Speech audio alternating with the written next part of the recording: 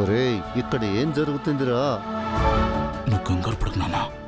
ఈ సద్దుని ఏదో ఒక రకంగా మేనేజ్ చేయమని చెప్దాం.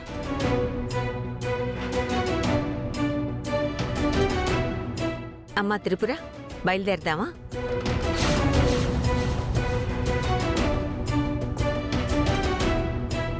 అయ్యో,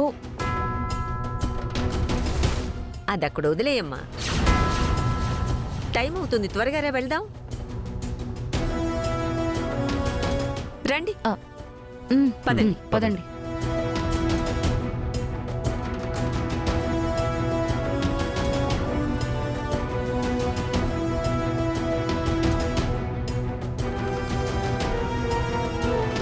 సత్య, సత్య, కృష్ణ, కృష్ణ, ఏమైంది కృష్ణ? ఎందుకలా ఉన్నావు? పాప ఎక్కడా? నందిని, పాపని దొంగలు ఎత్తుకెళ్ళిపోయారు. ఏంటి, పాపని దొంగలు ఎత్తుకెళ్లారా? ఒక ఫ్యామిలీకి దొరికింది. మీ పాపని నీకు అప్పగించడానికి మీ ఊరెళ్తున్నారు. అయ్యో, అంత పని జరిగిందా? పోనీలే, ఆ భగవంతుడి దయవల్ల లహరి పాప మళ్ళీ మనకి దక్కింది. అవును నందిని, పాపం ఆ ఫ్యామిలీ ఎవరో కానీ వాళ్ళకి నేను జీవితాంతం రుణపడి ఉంటాను. నా లహరి పాపని నా దగ్గరికి తీసుకొస్తున్నారు. అవును, నువ్వు సిటీకి ఎందుకు వెళ్ళావు?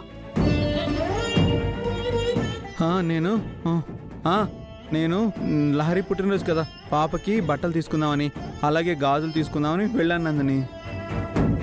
జాగ్రత్తగా ఉండాలి కదా కృష్ణ. సర్లే, వాళ్ళు తీసుకొస్తున్నారు కదా, నువ్వేం టెన్షన్ పడుకో.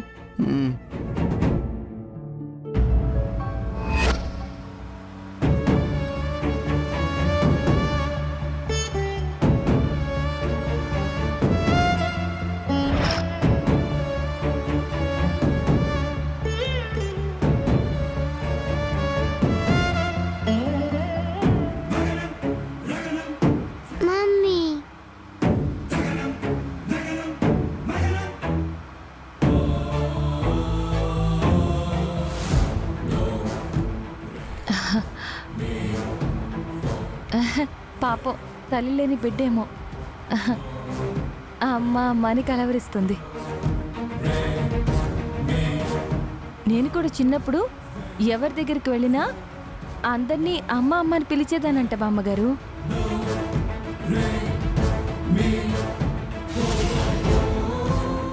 ఏంటి గాయత్రి అలా చూస్తున్నావు? అంటే నీకంటే పెద్దదాన్ని కదా, నీకు గుర్తుండదులే. అమ్మ చెప్పింది నాకు. అవునమ్మా, కొంతమంది పిల్లలు ఎవరి దగ్గరికి వెళ్ళినా అమ్మ అనే పిలుస్తారు.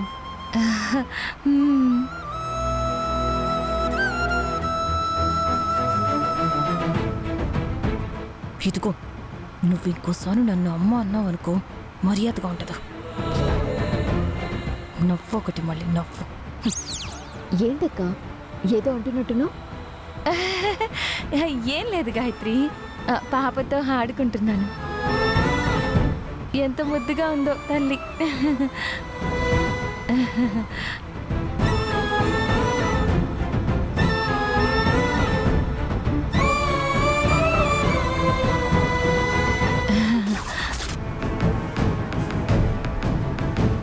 ఏంటి ఫణి ఇది?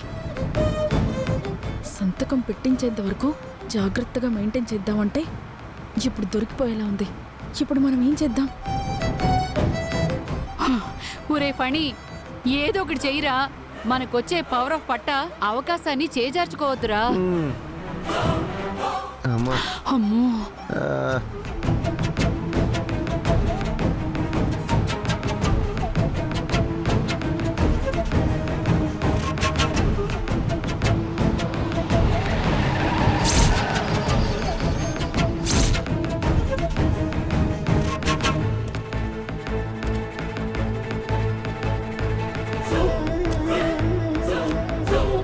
చచ్చండ్రా నాయన.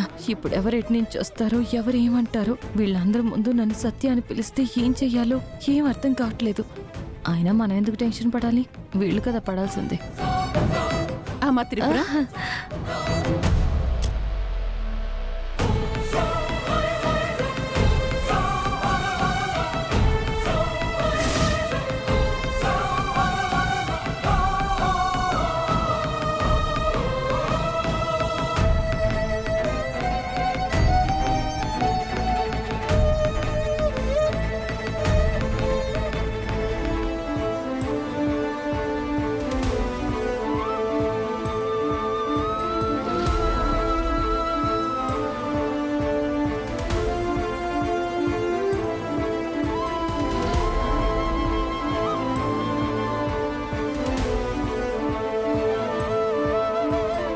ఆగండి ఆగండి. ఏంటి ఏ పెళ్లికో పేరెంటానికి వచ్చినట్టు చాలా చక్కగా బయలుదేరి వచ్చేస్తున్నారు? ఆ? లోపల నన్ను సత్య అని అందరూ గుర్తుపట్టేస్తారు. అప్పుడు ఏం చేస్తారు మీరు? అలా జరగడానికి వీల్లేదు సత్య. చూడు, నువ్వు సంతకం పెట్టడం చాలా ఇంపార్టెంట్, అది గుర్తుపెట్టుకో. చూడు బాసు, తస్సదియ్యా, అలా జరగకుండా ఉండాలంటే తమరు ఎక్స్ట్రా పేమెంట్ ఇవ్వాలి. మనీయా? ఏంటి ఎక్స్ట్రా పేమెంటా? అవకాశాన్ని బట్టి నీ ఇష్టం వచ్చినట్టు మాట్లాడుకో. హోసోస్, బుల్లి తల్లికి బాగా కోపం వచ్చినట్టుంది. అవును మరి, ఎక్స్ట్రా పేమెంట్ కావాలి.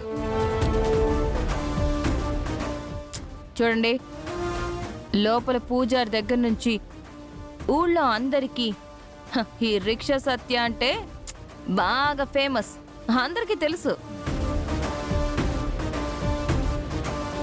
ఇంతమందిని మేనేజ్ చేయాలి. పైగా ఆ కృష్ణ ఒకడు, వాడు వచ్చి నన్ను చూడగానే భార్య అంటాడు.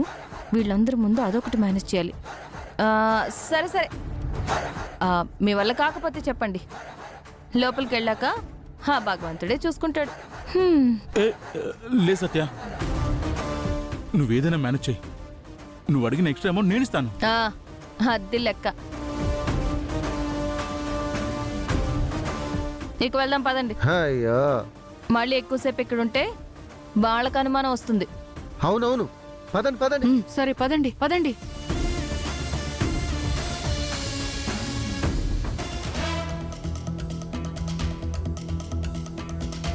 రండమ్మా పార్వతమ్మ గారు. నమస్కారం పంతులు గారు. ఎలా ఉన్నారు? బాగానే ఉన్నాం. సడన్ గా ఇలా దర్శనానికి వచ్చారేంటి? అదే ఈ పాప అమ్మా లహరి, నువ్వేంటి వీళ్లతో? మీ నాన్నెక్కడా? అందుకోసమే వచ్చాం పూజారి గారు. ఈ పాప మా త్రిపురకి దొరికింది.